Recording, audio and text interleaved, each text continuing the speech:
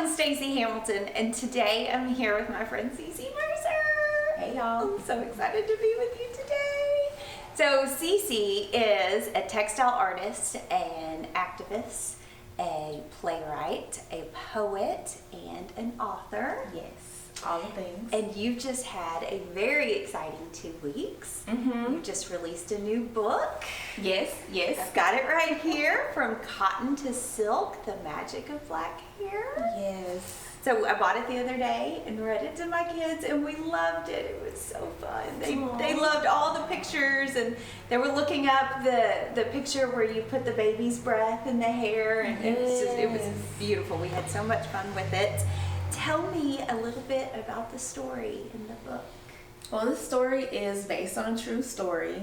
It's a family story, and it's something that I wanted to pass on to my nieces, Claudia and Bianca, who are main characters in the book as Giselle and Elise, because those are their middle names. That's cool. They're so cute, little Haitian babies. So they're obsessed with me in the best way, and I with them. Like I did not know my heart could love the way I do for my nieces. Like I just feel so much love and care, and like we get each other. We're the same people, really. So they're obsessed with me, and I'm obsessed with them. And every time I go to visit them in New York, they always want me to do their hair. If I'm wearing twists, if I'm wearing my afro, my signature style, if I'm wearing a frohawk, like if I have afro puffs, they're like, you know, Auntie Cece, I want to wear my hair like you. And I'm like, okay, we can do that.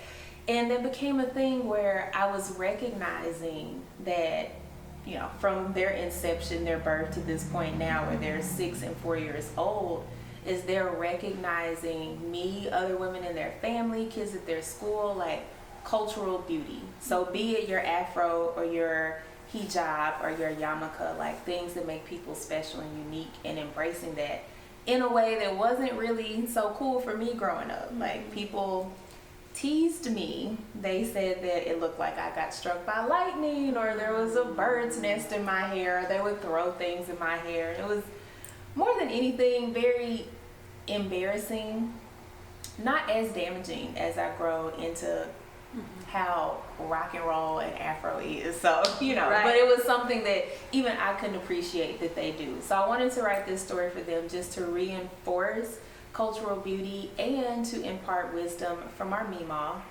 Leola Strong Brown, who passed away a 1.5 years ago, but still very present. And like she was here when the girls were born. They remember her. So wanting to impart on them a family story and a tradition, the ritual of grooming that my Meemaw passed on to me. That's incredible. It's incredible that you're taking something from your past that was a bit of a negative and turning it in a way to build up the girls and make them stronger women and proud of themselves and who they are. That's amazing. Yes.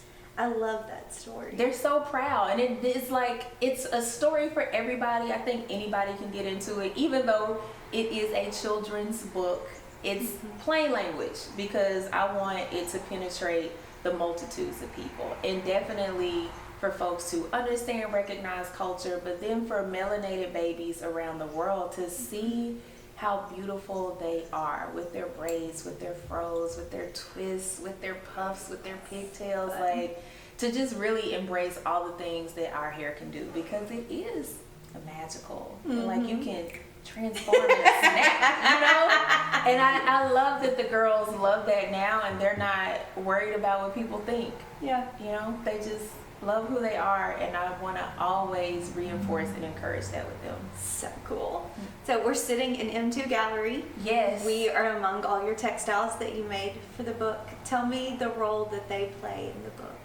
M2 Gallery is amazing. Let me say, I came in here for a magazine that I was in the maker's issue of the Idol class, and Mac Murphy, who is the owner, was like, you know, I'm interested in working with you. I'm like, my publisher mentioned it. He's like, well, I mentioned it before. And I'm like, well, I'm mentioning the mention. And so we actually got an opportunity to get together when the work was still in my house on the walls.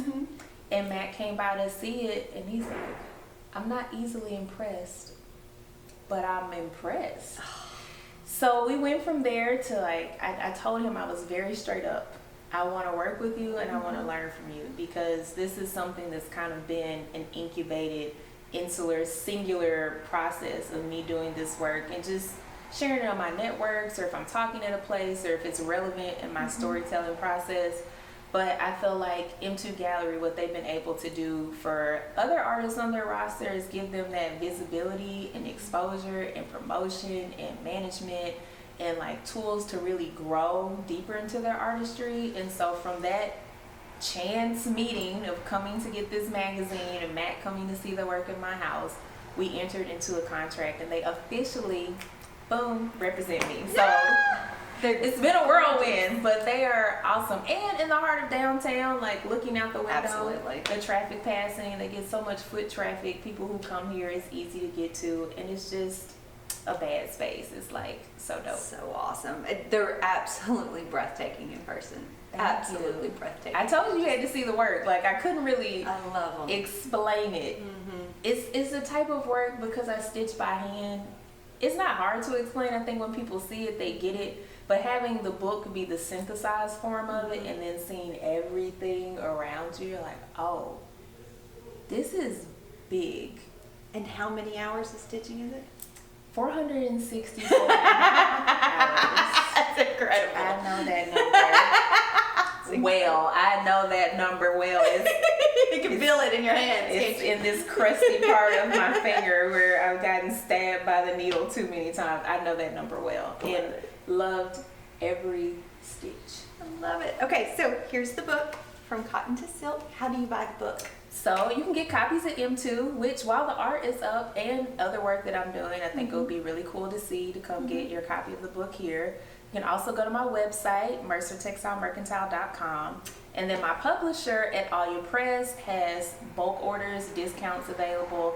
And Aaron Wood, who is amazing, is working on getting it in local bookstores. So people, you know, if you're in Hillcrest, you're in SOMA, you can go to your favorite store and purchase your copy. I love it. We'll link it so people can get it Yes. too. So then one more thing. I got 5 of these that I'm going to give away. Yes. So when you see this post, when you see this interview, if you share the interview and comment, the first 5 people who comment and share, then I'll get 5 books out to them. Autographed. Yes, Signature. yes. Yes. Stacy, thank you so much for believing in me and the power of what this book can do. And I hope that people out there take this as a love offering for Black girls everywhere.